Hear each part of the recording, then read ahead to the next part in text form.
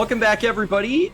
We are here to talk about JSA Black Rain. And if you haven't already, go back and listen to the previous episode. That's going to provide you the background that you need to really understand what we're talking about here. But the story opens with Black Adam attacking a group of terrorists in the country of Kondak, which again is his home country.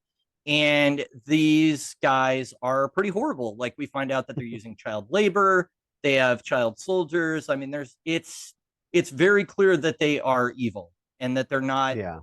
I think Black Adam even says something to the effect of, like, think of these guys as soldiers, they're terrorists. That's what they are. And they really are proving that with their actions. But one thing that you'll notice right away at the beginning of this comic, though, is that they are going in and just murdering the crap out of all of them. So, and I think what was most surprising for me was that Atom Smasher, who is normally with the Justice Society, was there killing terrorists alongside Black Adam. He seemed kind of hesitant about it, but he was like, no, okay, this is the right thing to do. We're gonna, liberate these people. And I don't know if we really discussed him before, but his power is to just grow giant. And so he's literally like Yeah. stepping on people and they're showing like the blood on his boot and stuff like that. So it's a pretty violent opening to this story. But were Yeah. you at all like surprised to see him on that side of things? Or Well, I looked into him a little bit because it was very different. There's actually a comment that Black Adam makes that, Atom Smasher has been the closest thing he's had to a brother, although a younger brother that still has much to learn. So they're actually very close in the comic, which was really mm-hmm, interesting. So this is a very different version that's later in his career. So the movie version was like, right at the beginning, he was just starting this Atom Smasher thing. But in the comic, he has this history where he had to kill somebody to save his mother. And then he and Black Adam both defect from the Justice Society, expressing dissatisfaction with the team's refusal to cross certain lines. So I think there's a lot of Black Adam's influence. Like, the two grew really mm-hmm. close, and Adam Smasher had to make this decision. He had to take somebody's life, and Black Adam probably nurtured that because he's like, yeah, dude, good job. That's, what we need to do. There needs to be more of that. Let's leave this Justice Society and go strike out on our own. And Right. that's kind of how that came to be. So it's really different because this is a more like older, he's not necessarily grittier, but an older version that's had to make some really tough choices. Where in the movie, he was Mm-hmm. definitely very green. Yeah, he was. He and Cyclone in the movie were kind of like the newbie Mm-hmm. Justice Society members, with the old guard being Dr. Fate and Hawkman. But Seemed really dangerous to bring them along. it did, but I did appreciate what they were doing because it did kind of right away show what the Justice Society's thing is, which is very much like the old and the new Yeah. together. And so I was glad that they were there, although whether or not they really contributed that much. I mean, most of the fighting in the movie was just like Hawkman and Dr. Fate like tearing up half the city. But Well, and but Atom Smasher in the comic actually contributes a lot because yes. he, like, when they get this evil dictator guy, Black Adam actually has Atom Smasher perform the, like, take him out, and so Atom Smasher grows huge and just flattens him. Yeah. That was pretty shocking to me as an opening to this, because of all the people on Black Adam's team, he kind of seemed like, or my perception was that he was like the most pure coming into this. So the most like straight ahead, like, I'm a superhero, kind of guy. And so that was interesting. We also get a lot of narration in the first issue, which I actually thought was good Yeah. because we really get Black Adam's perspective on what's going on in the country, how he's like, I'm going to liberate these people. We're not going to take prisoners. We're going to make sure that order is restored here. And, he is putting himself in charge, but you also don't get the sense that he's like, oh, I'm just going to be another dictator. Like, he really does care about what happens to the people in this country, even though he's kind of using some of the other people under him to accomplish that goal. So right away, the morality of what's going on here is like a little bit complicated, you know? Very complicated. So there, Eclipso, we talked about earlier, he's another person that was with this team. And I was kind of amazed because I've never seen anybody control him in comic books. They actually did an event just a couple years ago. Well, it's been more than a couple now. I think it was like 2016 or something, but where the Justice League were fighting the Suicide Squad, and at the end it turns into this big Eclipso's been controlling everybody, and they're all trying to kill each other, and that was like the big threat that was actually behind it all. And his thing is kind of like mind control and like influencing people towards evil. So to see somebody else controlling him was kind of surprising, but at the same time, I was like, this is gonna go sideways. Like I was just waiting for it to go wrong, you know.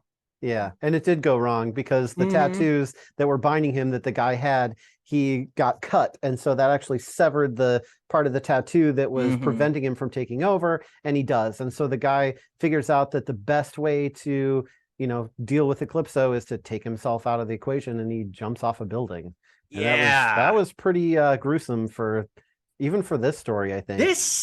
This book in general, the JSA issues and the Hawkman issues, I think that was something that was really surprising to me, was the amount of violence. And not the Black Adam movie was violent, but Hmm. you didn't see like blood stains on people's shoes and stuff like that. And this comic had a lot of that. Like I was very surprised by how violent it got at parts. So I don't know if that was just to kind of sell the brutality of the Black Adam character, or if it was just kind of like the old ratings argument where they're like, well, we need to show that DC Comics is extreme, or something like that. But it was not necessarily distracting to me. I was just surprised by it. So it does it really takes the whole first issue to get through Black Adam's liberation of this country. And even though it's a JSA issue, I don't think we see the JSA at all in that Hmm. in that first issue. I think it just focuses on his team, which I thought again was really good to establish kind of the stakes and his perspective on things, where he's like, I'm not going to sit around and just wait for something to happen, where we get to go intervene, which it seems like superheroes are very reactionary a lot of times in comics. Like they wait for something to go wrong and then they will go take care of it. Whereas Black Adam as a character is more like, no, I'm going to go head this off. I'm going to go take care of this problem now, and I'm not going to wait. And I think that's something that really sets him apart from the other guys. You can argue that maybe that's not always great because he is actually killing people, but I don't know. Like I think in the movie and in the comic, it came across right away that like these people haven't been helped by the Justice Society. Like they haven't been Hmm. serving up justice in this country. So like who's gonna save them? And Right. he's just like, well, I'm gonna be that guy. So Yeah, they made some of the like same comments in the movie that they did in the comic, but it was a little bit mm-hmm, different because the comic's really more focused on the JSA and Black Adam and his group, whereas the mm-hmm, movie did a really nice job of involving the people, like even more so, like actually seeing things from their perspective and even making some of the people of Kahndaq like main characters in the story. right. So then you have somebody who's actually living there who's saying, hey, the United Nations hasn't cared and we haven't seen anybody from the JSA and we've been under oppression for, 40, 50 years, whatever, and or longer, and nobody's come to rescue us. So this is our champion. Like we're going to back him and we don't care Mm-hmm. about you guys because too little, too late. And that theme is in there in the comic, but I think they really did a good job of like hitting you over the head with it essentially in the Yeah. movie. Yeah, it was a lot more pronounced in the movie. I don't think it's till the conclusion of this story that we get some of the JSA members kind of admitting, like, we really haven't done anything to help this country. And Hmm. it takes a lot of like tragedy and bloodshed for them to get to the point where they realize, like, oh, maybe we should have done something about this sooner. Um, I don't know. It definitely felt like they hit that theme a lot stronger in the movie. And again, yeah, it was by involving the people, and just kind of showing the disparity between like what they have and what like the JSA have. Like I don't know if you noticed, but like Hawkman and Dr. Fate in the movie look like they're like super rich. Like Dr. Hmm. Fate has drip. Like he's got just the fanciest clothes and all this stuff, and Hawkman does too. And I'm just like, wow, they're like super rich. And then you see these people in this country that are just like being oppressed by Intergang, which again, that was an awesome DC Comics callback Yeah. in the movie. I thought for them to actually include like, oh no, it's not a random terrorist group, it's this group that uses advanced technology that have been like plaguing Superman. You know, that I thought that was really cool that they included them. But I think in both, it is the comic and the movie, it is clear that like nothing was going to happen here unless Black Adam stepped in.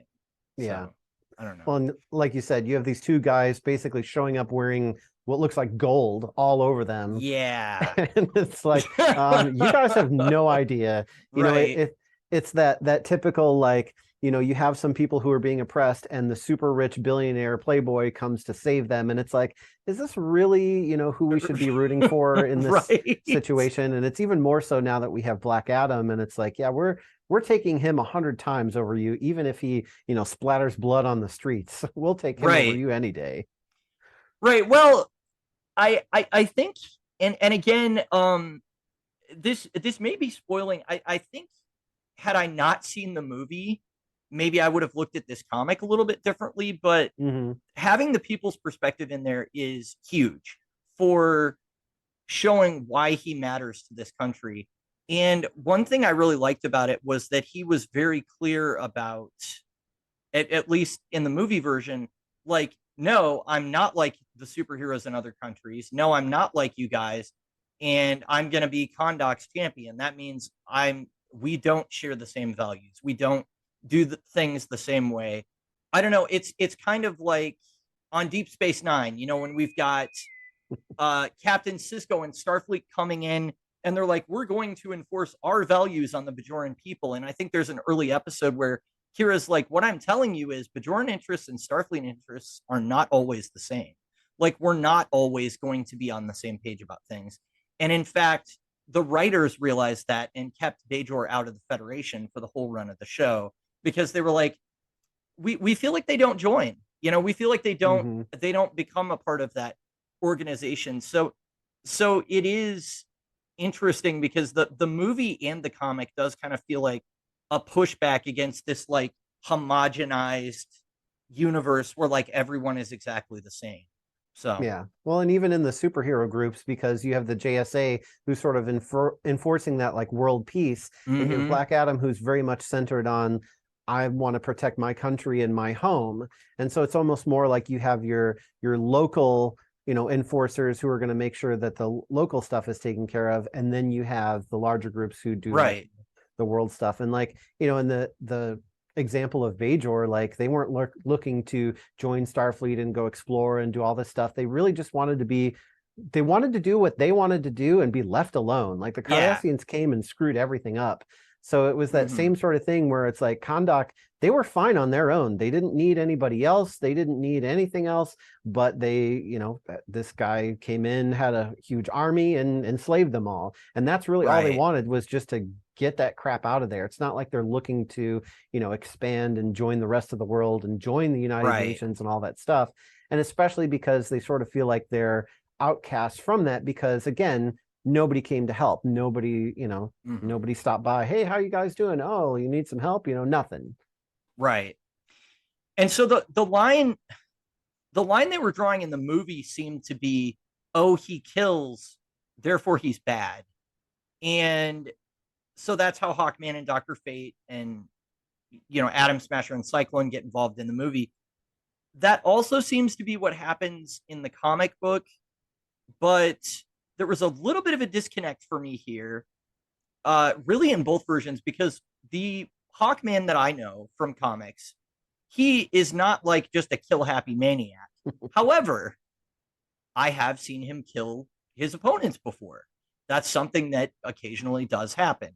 And, you know, more like Green Arrow or somebody like that, where it's like, yeah, he occasionally will take somebody out. He doesn't go to it as his first option, but he occasionally does do that.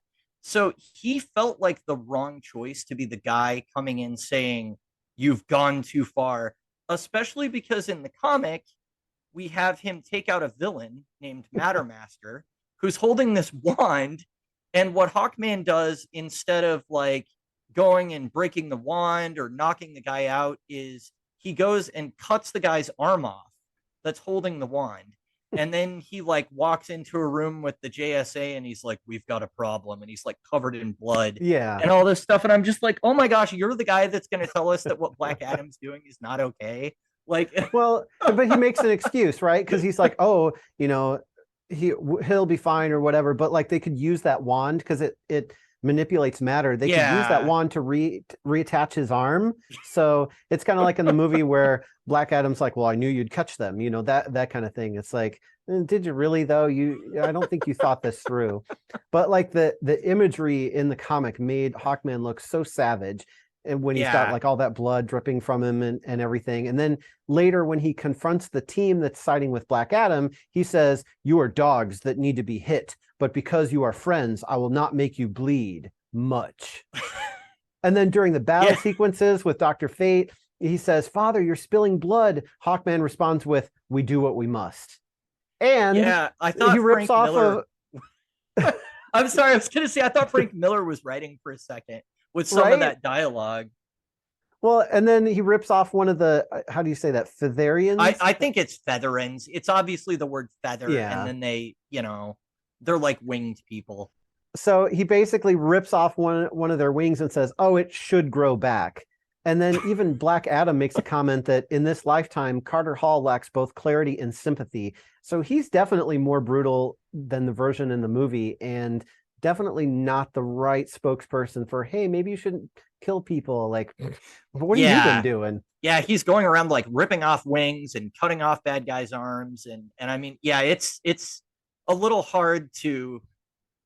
I mean, I don't know if I'm Matter Master or whatever. I'm maybe laying there like, could you have just killed me? Maybe like that might have been better.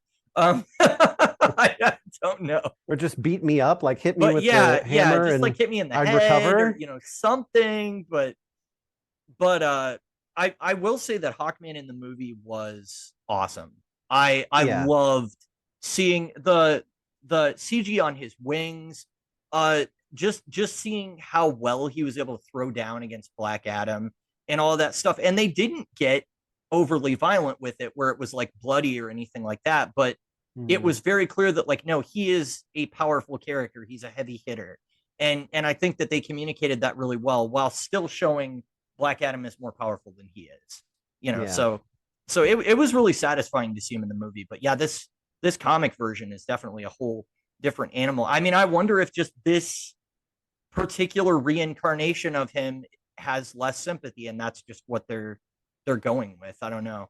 But I also haven't read John's Hawkman series beyond these 3 issues. So Mhm. yeah, Well, that's kind I of don't cool about a character like that, that they can have those different iterations and it's okay mm-hmm, because they are different characters almost. They're just taking up that same mantle versus right. you have this is the same person that it's always been for 40 years and they've gone through, they were funny and then they were angry and then they killed and then they didn't kill. And at least with Right. Hawkman, it can be, this version does this and this version does that. Right. And the version in the movie was very cool, especially his mace, and it was like spinning, and then it turned Oh into an yeah. axe. And Yeah, that was awesome.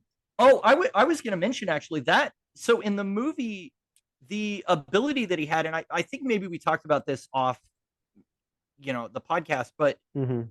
it was specific to the New 52 where he was able to wield the nth metal in a way that he could just reshape it into different things and at like kind of at will. So you saw him in the movie at one point put up a shield that he had Oh transformed it yeah. into, and then there's another point where he actually turns his mace into an axe and is Mm. like chopping with it to get through that barrier at the end that Dr. Fate created. So it was really cool that they were using kind of those specific elements.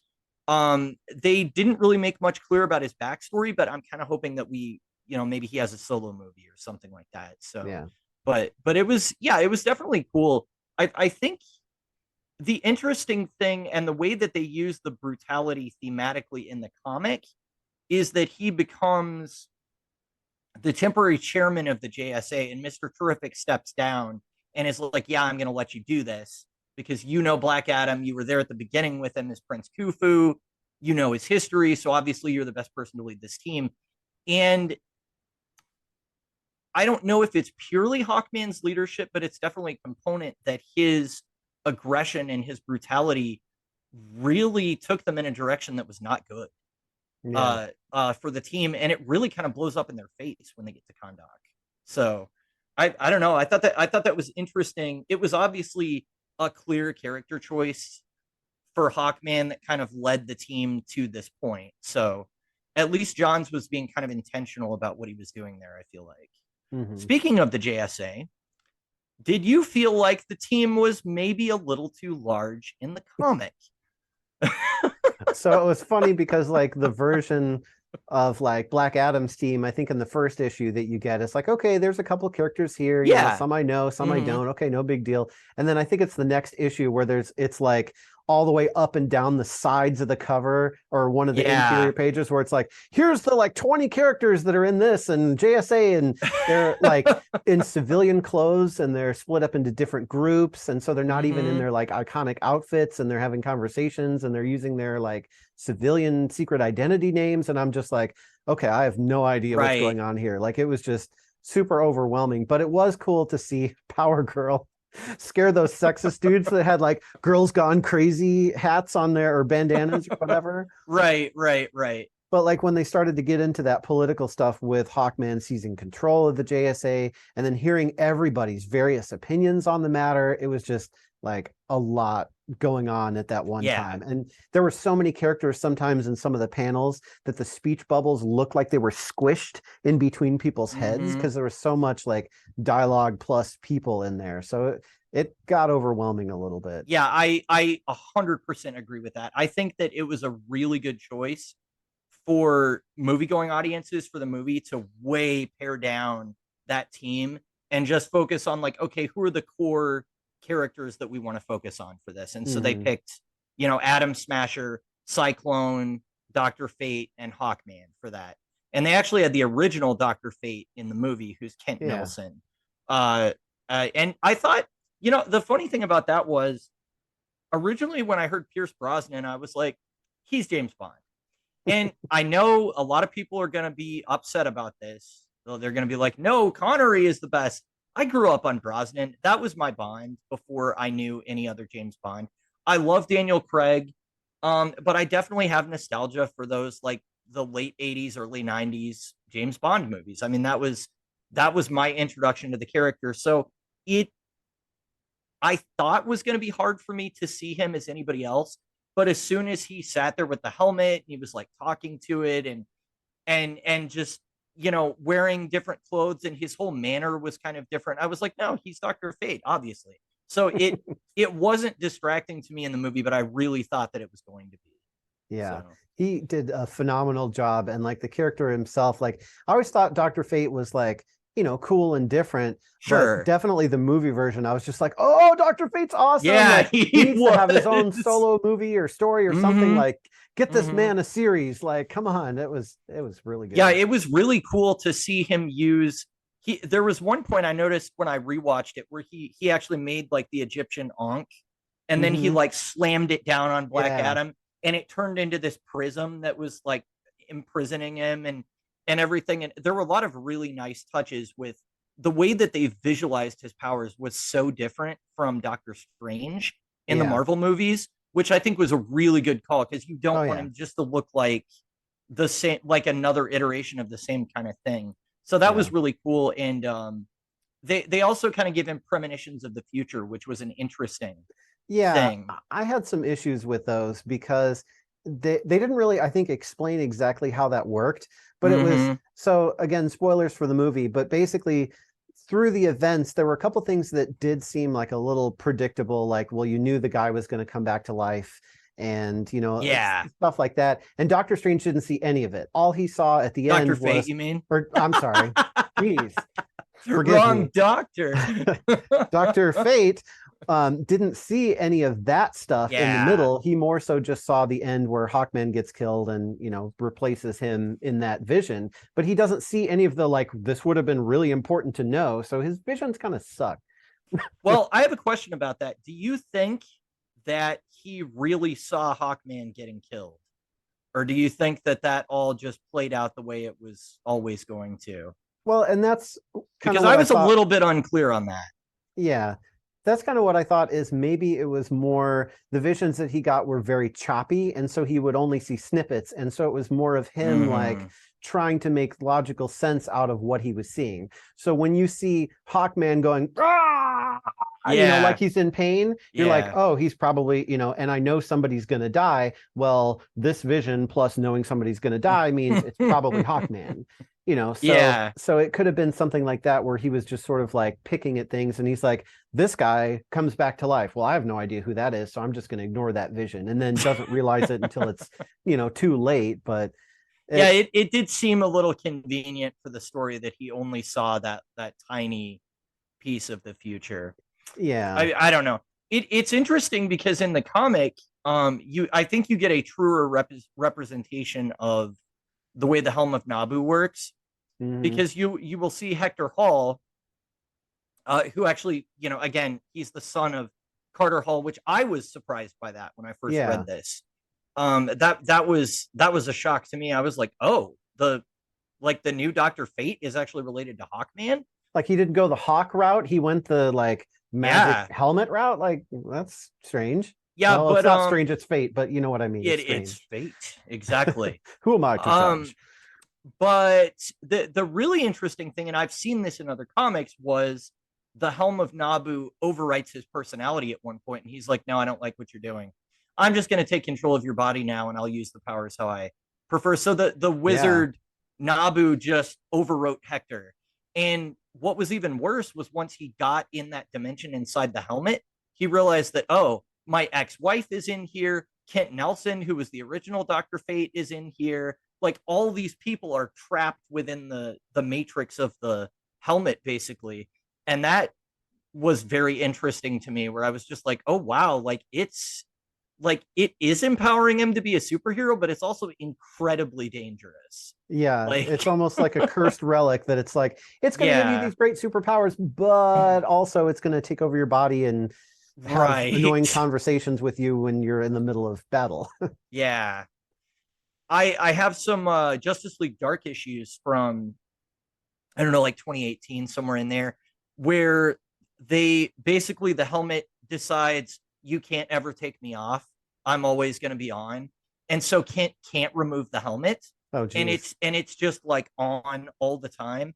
And that becomes a big problem too, because then it's influencing his decisions like more and more Yeah. and more, and he can't have like a normal life. So yeah, it's pretty dangerous. Well, that would be a way to have a like spin-off Dr. Fate series, but not Mm-hmm. have to have Pierce Brosnan in it again or recast him. Is you Right. literally just have a guy wear the helmet the entire time, and then you're good. That's true. That's true. Although I almost was hoping, because Dwayne Johnson has said online things like, "Oh, don't worry, Doctor Fate's one of my favorites too. He'll be back in another movie or something like that." So I'm almost wondering if they're gonna pull something like this, where it's like, "Oh, Kent didn't get killed. He's just trapped inside the helmet or something." Because the Hmm. helmet was totally fine at the end of the movie, Yeah. and Hawkman's walking off with it, like no big deal. So I don't know. I Interesting. thought that was it could be an interesting story route for them to take. But the person in the comic book that actually has visions of the future is Our Man, oddly enough, which I didn't totally understand, but it seems like Rex Tyler, who's the original Our Man, occupies some space in time, and then Rick Tyler, who's the present day one, occupies a different space, and they're like able to communicate temporarily. I didn't totally get how that Yeah, worked, but I was confused because it seemed like there was time travel involved and his name was Hour Man and he has an hourglass on right. his chest. So I thought he was some kind of like time bending, something or other, Mm-hmm. but apparently he's called Hour Man because he gets superpowers for an hour by this miracle drug called Miraclo, Yes. and that's like his Yes, thing. So Miracro.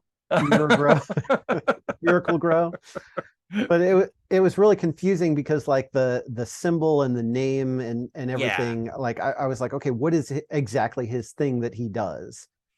And I then later, like he gets replaced by his father in present time, and he's like stuck in time, frozen somewhere. And I'm just like, this yeah, guy and they is, just end it there too. They're just like well, we've got the old guy now. And it's I yeah, mean, hopefully later in that JSA series they resolve that somehow. But I was like, what?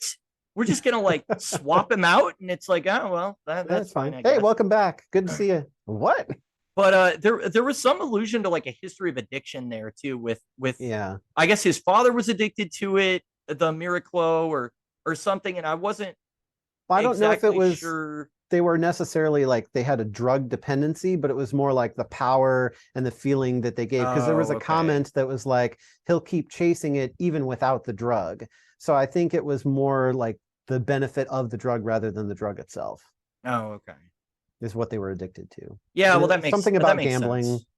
That makes sense. and Yeah, yeah. It seemed to be like that was his like character flaw was he has like an addiction or like an addictive personality, yeah, something like that. So, yeah. but our man was sort of involved in the story heavily because he ended up at the end getting shredded by oh, what's her name, Nemesis. She like Hmm. slices open his Yeah. abdomen with her katanas. I mean, he was gonna die, and then he switches places with his father, in time. So I guess that somehow puts him in suspended animation. That seemed to be the Maybe it's like a tag what they team were theme saying at the where like end.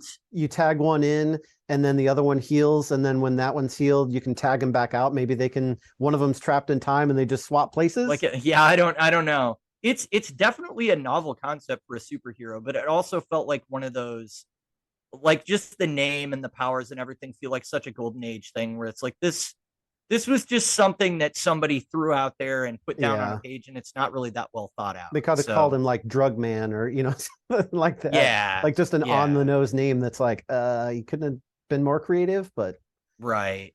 well, let's take a quick break, watch a little clip, and then we will be right back for more. All right. This loose cannon needs to be locked down before innocent people start getting hurt. He's been asleep for 5,000 years. You find us a cell that can hold him, we'll take care of the rest. So welcome back, everybody. To kind of focus us back more on the comic book, although this does apply to the movie too. The big theme of this story is, where does the line exist, or where is the moral line between vigilantes overthrowing a tyrannical government or a country's military doing it? And it's asking questions like, is it okay to kill people to protect innocence? And that seems to be like the real moral question at the center of the story. The JSA are arguing, no, you should never kill, you should let people face due process. And while Hawkman's cutting off people's arms and stuff. And then Black Adam is like, no, these people have been oppressed too long, we're going to do something about it and make it happen. And it really did make me wonder how I would have viewed this story differently had it been just like a war story where some army came in to liberate the people. Like, what makes it different because it's a superhero, and what makes it wrong? And so that Mhm. really raised a lot of questions there, and I thought it was a really good discussion to have. I don't know. Yeah, I think this story, both in the movie and the comic, does a really good job of sort of bucking the status quo. And they explain sort of both arguments without really taking sides. Like, Mm-hmm. but at the same time, some of the arguments are a little like surface level. So, like, Mm-hmm. at one point, the Flash, Jay Garrick, says, I'm not shedding any tears over that terrorist death, but it's a bad thing if they're ignoring the laws that govern the people, because if we start acting above the system, the people who look up to us will too. And that argument sounded to me like kind of weak, because he's basically condoning criminal activities as long as they're following the law and working within the system. So like my wife gave me the example of Hannibal. Like Hannibal works within the system, he obeys all the laws, he does everything right, and then when somebody offends him, he takes them aside, he kills them, and then he eats them. So this would be one of those where like Jay Garrick would say, oh well, he's okay because he's following the law and working within the system, so is that Right. fine? But at the same time, like, you can balance that argument by saying, well, that doesn't mean that it's okay to just kill everyone who's involved in criminal activity either. Right. I did feel like the JSA's position was pretty weak, especially because when they come in, Eclipso ends up dying, and Nemesis ends up dying, and Our Man almost dies, but ends up switching with his, doppelganger in the future. They all end up having blood on their hands. I mean, Hawkman maims a whole bunch of the Featherins, who are basically this race of winged beings that, for as far as I can tell, haven't done anything wrong except be in their way. And it does feel like the people in Kondak too are going like, get out of our country. Like don't they start firing rockets and things at the JSA towards the end of the story to be like, get out of here. Like, we don't want you here. And so there is that, that sort of thought of like, when is it okay to be interventionist and come in and just impose your values on others? And when clearly the Kandaki people don't want that, and Black Adam doesn't want that. And so it feels in a lot of ways, and I know we've talked about Star Trek a lot, but it almost feels like that Prime Directive thing where it's like, should they be getting involved in this situation when they've not been invited, they're not wanted, and the values of the people are not the same as their values? So is it really a situation that they should be involved in? So I don't know. And Black Adam legitimately liberates these people from a dictator. So there, I mean, that argument is there to be made too. I think the thing that weakens Black Adam's position, and the only thing, is that he does make a speech that he's like planning to expand this to the rest of the world at one point. And I was really happy that Jeff Johns didn't leave it there, because if Adam Smasher hadn't like kind of talked him out of that and been like, no, let's just keep this, sort of your police action in Kondak, I would say at that point, then yes, now the JSA has to step in, because he's imposing his law on the entire planet. And that would clearly be wrong. That would clearly be something where they would have to step in. But I was really glad that they pulled back from that, because I thought like, oh, so this is going to be the cop out where like now our heroes have to save the day from the evil Black Adam. And but fortunately he didn't take that route. So I was satisfied that while that option was put on the table, he didn't ultimately go after it. Yeah. It's interesting you mentioned the Prime Directive, because that can be something that's both helpful and detrimental at the same time. And so actually on Star Trek Lower Decks, which is an excellent show, it's animated, but it's so good. There's so much nostalgia for Star Trek. But anyway, on that show, they do something called second contact. So first contact is when basically a race, develops to a point where they have warp capable travel. They can go to the stars, and then Starfleet will say, hey, welcome to the galaxy. We are a different species than you, and you're kind of, setting off into the universe. And they have this first contact thing that happens. And then second contact, which they do in Lower Decks, is basically they follow up on the worlds that have got this space travel that they've had first contact, and they sort of make it out to be a joke, like, oh, they're getting the crappy jobs. But it brings up a really interesting question about like the Prime Directive, where so we have this policy of non-interference. So if you're not developed beyond a certain point, we're not going to interfere with your development. But the problem becomes when Kondak is a perfect example. These people are being oppressed by terrorists, and they want to be free, and they need to be liberated. But you could say if the JSA follows the Prime Directive, they're not going to interfere with this society because they're not at a certain developmental level, they're outside their jurisdiction, some kind of reason. Right. Whereas Black Adam's like, Prime Directive, Schmime Directive, like if people are being oppressed and they need to be rescued, go in there and rescue them. He's not going to let the red tape. And that's really where the JSA's argument is kind of weak, because it's like, well, if red tape's blocking you and, people are working within the law, then, we're going to stay out of it. And that's probably why nobody has come to save Kondak up until this point that Black Adam shows up. Yeah, that's a really good point, actually. I mean, I think there is a line in there too about like, well, they have nothing useful to import or export. So it's almost like the world community is just like, we're not really interested in that.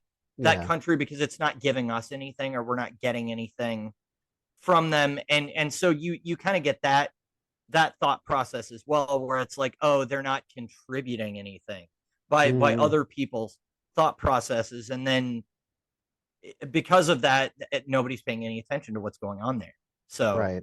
Yeah. Another go ahead. interesting point that the comic actually brings up is although Black Adam tore down factories that were used for slave labor, Mr. Terrific says, what about when you buried their fathers and brothers? To which Black Adam says simply, those that remained loyal to this dictator did not deserve burial. And I think that's really something that could have been used to show that Black Adam's maybe not such a hero after all, because at least some of those families of those Right. traitors would have thought that their loved ones could be redeemed or, didn't deserve execution. But the problem is Black Adam didn't give anyone a chance. He's like, if you're on the bad guy side, then you're just dead. And it's like a black and white argument. You're either Yeah. with us or against us. And letting criminals live so they can get out of jail and go back to criminalizing on the streets really isn't justice, but neither is killing everyone who you come into contact with.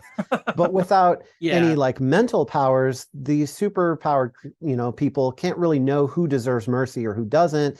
It's just why they prefer to rely on things like the law and the justice system to make those decisions. Otherwise, they would become judge, jury, and executioner, which is really way too much power for any one super powered person to control. And like you get into the X-Men where it's like, this person can turn invisible and walk through walls. What's to stop them from walking through a bank vault? It's that same kind of thing. It's like, Right. if you have the power to just wipe people out with a thought, then what happens when you abuse that power and you start killing people who deserve it or don't deserve it, or how do you know? And it's like, really the question here shouldn't be, is killing okay or is killing not okay?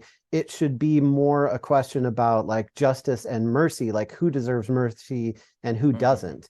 But because they can't answer those questions, they focus more on the killing, not killing argument. Yeah. I do think it's nuanced enough to get the point across, though. It definitely didn't feel like just a black and white story where everybody walked away and there was like a clear answer of who was right and wrong. And I think that's just good writing.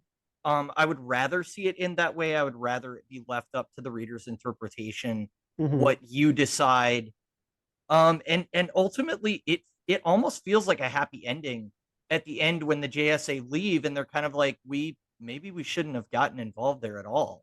And then Black Adam is kind of getting up in front of the people, and so is Atom Smasher, and they're just, everybody's cheering like, yeah, you saved us, and everything. It really makes it feel complex, and it's interesting because I think you can think about like US foreign policy or other countries' foreign policy and start to wonder like, okay, so when is it okay to intervene, or when do you have a responsibility to intervene?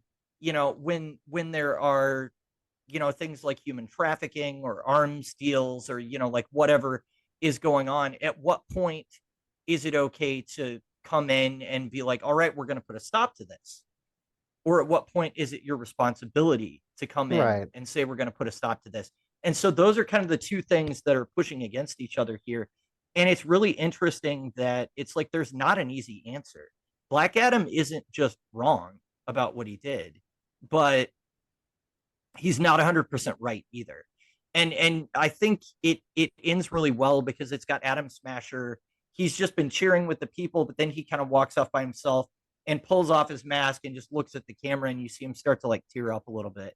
And it's kind of like even he isn't sure. He's like, all right, well, we did it, but like, was it worth it? And like, he doesn't even know. You get the sense at the end. So I don't know. I thought it was I thought it was pretty nuanced, especially for a Jeff Johns story. This is not the type of thing that I would expect from him. He is a writer that tends to have a little bit more black and white storytelling type stuff going on. So, and this is definitely dealing with like moral grays. So that was very interesting to me. But at the same time, like if you look at countries and military. Like you're Mhm. not going to send the military in to liberate a country and say, hey, make sure you just knock people unconscious, okay? No Right. snipers, no nothing. Like, Right. no, you're going to by any means necessary. So essentially Black Adam did what any military would do, what any Right. country would do, but it's one of those like, it's okay if it's the political offices ordering a strike through the military, but it's not okay if it's a superhero because they're a vigilante and they're acting outside of the law. And so that's where you start Right. to get those, like you said, nuanced arguments. It's like, is there Yeah. really even a right answer here? Because you Well, don't. and where is the difference? Like Mhm. where's the difference? Because they're all people going into a situation and enacting their version of justice. Yeah, So it's I mean, yeah, it's like where do you draw the line, and what is the difference? Is it okay for a military to do that just because it's sanctioned by a government, and wrong for Black Adam to do it just because he's not sanctioned by a government, or hmm, I don't know. I mean, it's then you get into questions of like, well, how important is the institution versus the individual? And this, I mean, we could have this yeah, discussion forever, honestly. I mean, there's a lot going on here. So I did really like in the movie as well how, again, I think that point was better made in the movie because the people were so involved. We had Adriana, and we had Ammon, her son, and I think her brother, and hmm, some other characters that were Kandaki characters that we knew, and they were kind of cheering Black Adam on, going like, no, we want you to save us, we want you to save us. And I think that offered a different perspective too, whereas this didn't quite hit that as hard as maybe it could have. yeah. So That's what I meant before about seeing things from the people's perspective, because we mhm. were sort of talking about them in the comic, and we do see, like you said, they come with a bazooka and try to blow the JSA away because they're like, get Right. out of here. But it's really cool in the movie because you see sort of the more nonviolent answer where they're all like doing that symbol in the air, and Yeah. when Black Adam appears and they're like throwing stuff at the JSA saying get out of here, and they're like, this is our champion, we don't want you. Like they were speaking more for themselves, and you really got Right. that like connection to the people in the movie, whereas in the Mhm. comic I don't think you quite get that as much. They're sort of like background figures, and it's probably Yeah. because the rosters of both teams are just so Oh my big that there's gosh. so much time focused. And like when Black Adam starts tearing through the JSA, he's got so many people to pick off because they brought like almost an army of superheroes with them. Yeah, so I had a problem with that aspect of the story, only because they have some incredibly heavy hitters on the Yeah. JSA. Between Power Girl and Captain Marvel, those two alone, I Hmm. would think would They're like Superman level. either one of them should be a huge threat to Black Adam. And he does manage to restrain Billy and get him to change, or restrain Captain Marvel and get him to change back into Billy. And I'm like, okay, maybe he tricked him. Maybe I buy that. He was threatening other people, and he was like, do this or I'll kill them. And okay, fine. But Power Girl is a Kryptonian. She should have smacked him around at least a little bit. Yeah. But it's like one panel fight or something where she comes in, and I'm just like, come on, like that should have been like Battle Yeah, of and the he's like Titans. monologuing the whole time, and he's just Yeah. like, "Oh, I take care of Hawk Girl, no problem, and just rip her wings off, and then yeah, Power Girl, I'm gonna take her out too and dispatch with her, and then I'm gonna move on." And I'm just like, okay, there was literally no fight there, but they're really Yeah. like, you wouldn't want to see Superman and Black Adam be, "Oh, I just took out Superman, and now I'm moving on to the next person." Like this is Right. Supergirl, a different version Yeah. of. Yeah. So that should have been an epic battle in and of itself, or they just shouldn't have brought her because it wouldn't make sense for the story. Yeah, and I think that's where, and I think what we've kind of been driving towards with a lot of this is that the movie pares down a lot of the bloated elements of this story into Mm, something that's a little bit cleaner. And so I think I probably prefer the movie version of this story, although it is different because it is an origin story for the JSA. It is an origin story for Black Adam. It really delves into where he came from, and a lot of those elements are not as fleshed out, whereas what we're reading in the comics here is like dead center in a long run by the same writer on two different titles. So I think it is a little hard to compare them in that regard. maybe had we started at issue 1 of JSA, we'd be like, oh yeah, I know who all these people are, and I don't, it's not as hard to follow. But I do feel like the size of the roster, and not really even Black Adam's team, but the size of the roster on the JSA side was just a distraction from what was a really good discussion about like morality and intervention and what's the right thing to do here. Yeah. So. Well, and like imagine watching the movie and on the jet you have all the characters that they had, but they also have like Superman and Shazam are there as well. Like even right. just those two, yeah. oh man, they're going to destroy the whole city. Yeah. But it ends up not being that way. One thing I didn't think of until recently, because like the Captain Marvel I know is Carol Danvers over on the Marvel side. And I always thought it was weird, like, well, why would you call a DC character Captain Marvel? So it made sense to me that his name should be Shazam. But then I was thinking about it and I was like, okay, wait a minute. So if somebody says to him, hey, who are you? He's going to go, oh, my name is Shazam. And then he depowers. Oops, sorry. Shazam. So you'd have to always say his name twice. That's the problem himself. With it. Yeah. Or if Black Adam's like, oh no, my mortal enemy Shazam is here. Oh crap, and then he has to do it again. Like, how do they talk to each other? So you almost have to do it in a way where he only ever introduces himself when he's changing from Billy into Shazam. Or it's like, my name is Shuz. But just split it up. Yeah, but I mean, I think writers have been trying to find clever ways around that since they made the change. But obviously the change was made because the legal battle for the name Captain Marvel is long and storied. We could do an entire podcast episode on the history of that legal battle. It's fascinating. It didn't even start out with DC Comics. It was I think CC Beck, the creator, and whatever company he created, Captain Marvel at, and it's a whole thing.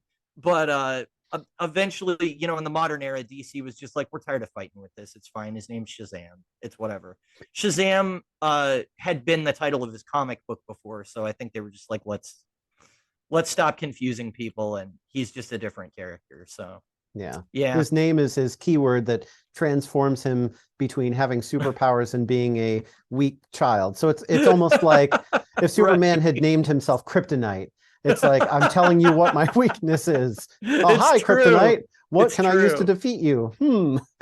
So, at this point, do you think we're ready to move to final thoughts?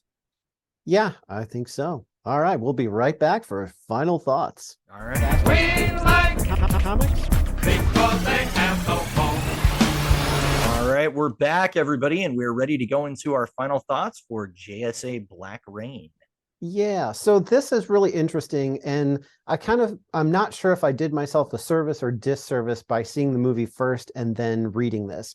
I would really be interested to know what, my own opinion would have been. That sounds very conceited, but I want to know what I would have thought of this if I hadn't seen the movie, because I feel like the movie really enhances reading this comic.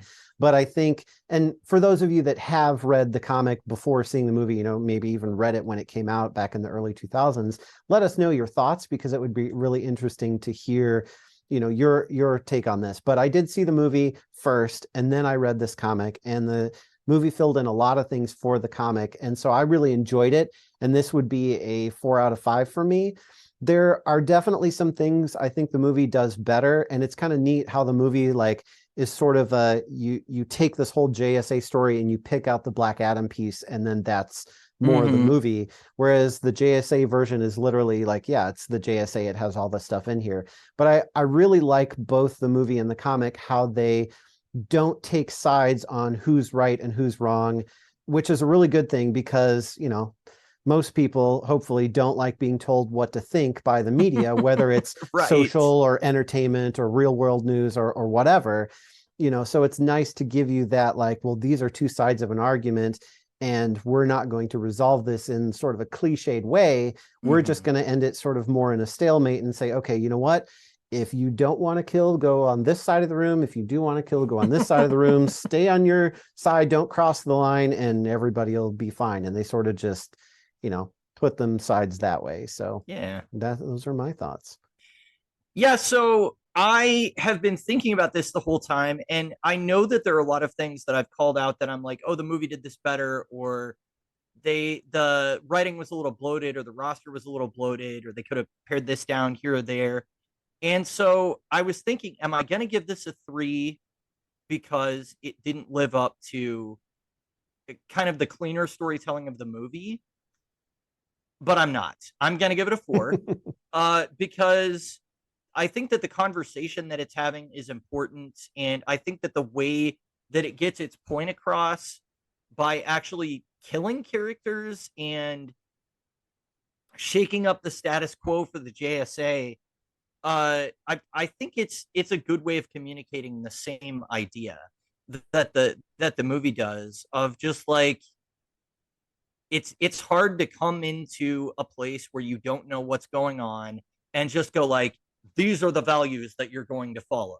And I think that that this story very clearly shows the issues with that, but it doesn't sugarcoat the fact that Black Adam can be pretty brutal as well. So it does leave you with those questions, and I do like that about it. I like that it's not just a cookie cutter ending where it's like, well, everyone's happy now and let's go back to America. That kind of a cliched thing. I think as we get older, we realize that we live in a much more complicated world, than maybe what we had when we were kids, or what our worldview was when we were kids. And I think this both the movie and the comic are a good representation of that. But yeah, the comic is going to be a solid 4 out of 5 for me.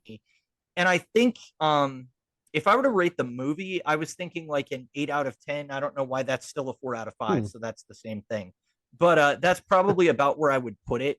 If I don't really have anything else to add about the comic, except that, I really enjoyed it. I do think it's worth a read. It's a great companion piece to the movie. If you've watched and enjoyed the movie, I think it's a good place to go and kind of see, like, okay, this is probably where the genesis of like the movie script came from. They probably picked this story out and were like, oh, there are definitely elements we want to use here. And so there's a lot of similarities, but both are really enjoyable. I would definitely recommend people go see Black Adam.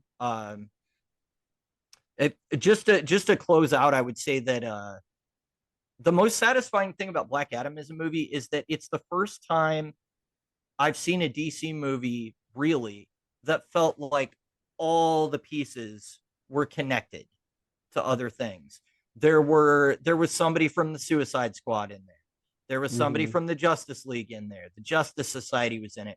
We had some Superman antagonists with Intergang. And then but it didn't distract from like Black Adam and JSA's story. So it really felt like we're in the DC universe now in this movie. And that was just really satisfying for me as a viewer.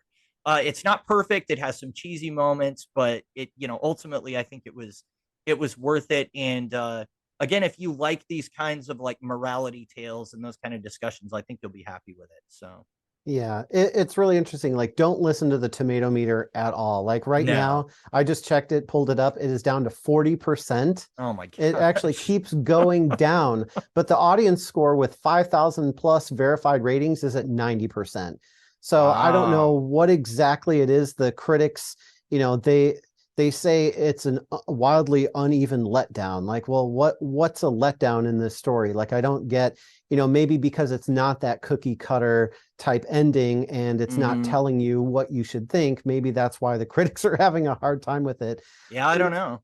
It's funny because like I almost felt like they make fun of that in the movie, because there's that one point where they have everything like pretty well wrapped up and they've got Black Adam locked away and he's de-transformed and he's no longer a threat and he's basically on ice.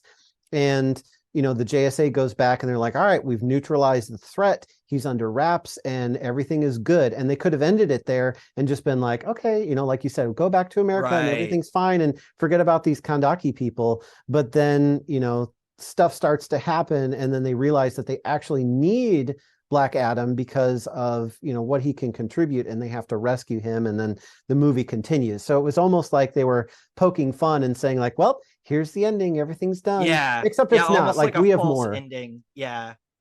Yeah. So, but like all the critics just I guess, didn't think that they didn't like the action scenes. They didn't like the CGI, which I thought was actually pretty good for the most part. There's a couple little, here and there, but yeah, I mean, there were a few issues. I think Sabak, the villain at the end, definitely looked pretty yeah. fake, but that was the worst of it. Everything else looked pretty decent. So I don't know. But then they say like it's made up of baseline ideas or the regurgitation of already existing ones. I'm like, what ideas are you talking about? Like, this does something that a lot of superhero films haven't done.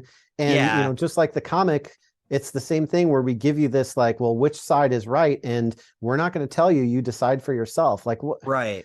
I don't know what the critics are thinking. It's just Yeah, well, so different. I even and to offer a non-comic person's opinion, I went to it with my girlfriend and she really enjoyed it too. She was like, "Oh, I really like the idea of him, coming in there and not having the same values as the other superheroes and seeing those two things clash." And so she Mhm. really enjoyed it as well. I mean, and she's not somebody that's necessarily well read or knows about all the superhero tropes or anything. So I think that it can land with Gen Pop as well as the extreme fans, which we would definitely be representative of that. So yeah, I don't know where that comes from, man.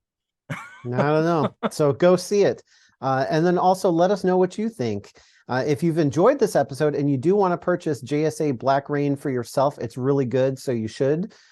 Check out our Amazon store at bonelesscomicspodcast.com, as well as for more of our additional audio and video content. And tell us your thoughts by posting a comment on social media at Boneless Comics Podcast on Instagram, Facebook, TikTok, and YouTube, and Boneless Comics 1 on Twitter. And wherever you post, be sure to use the Boneless Comics Podcast hashtag and make sure to follow, like, and subscribe for more.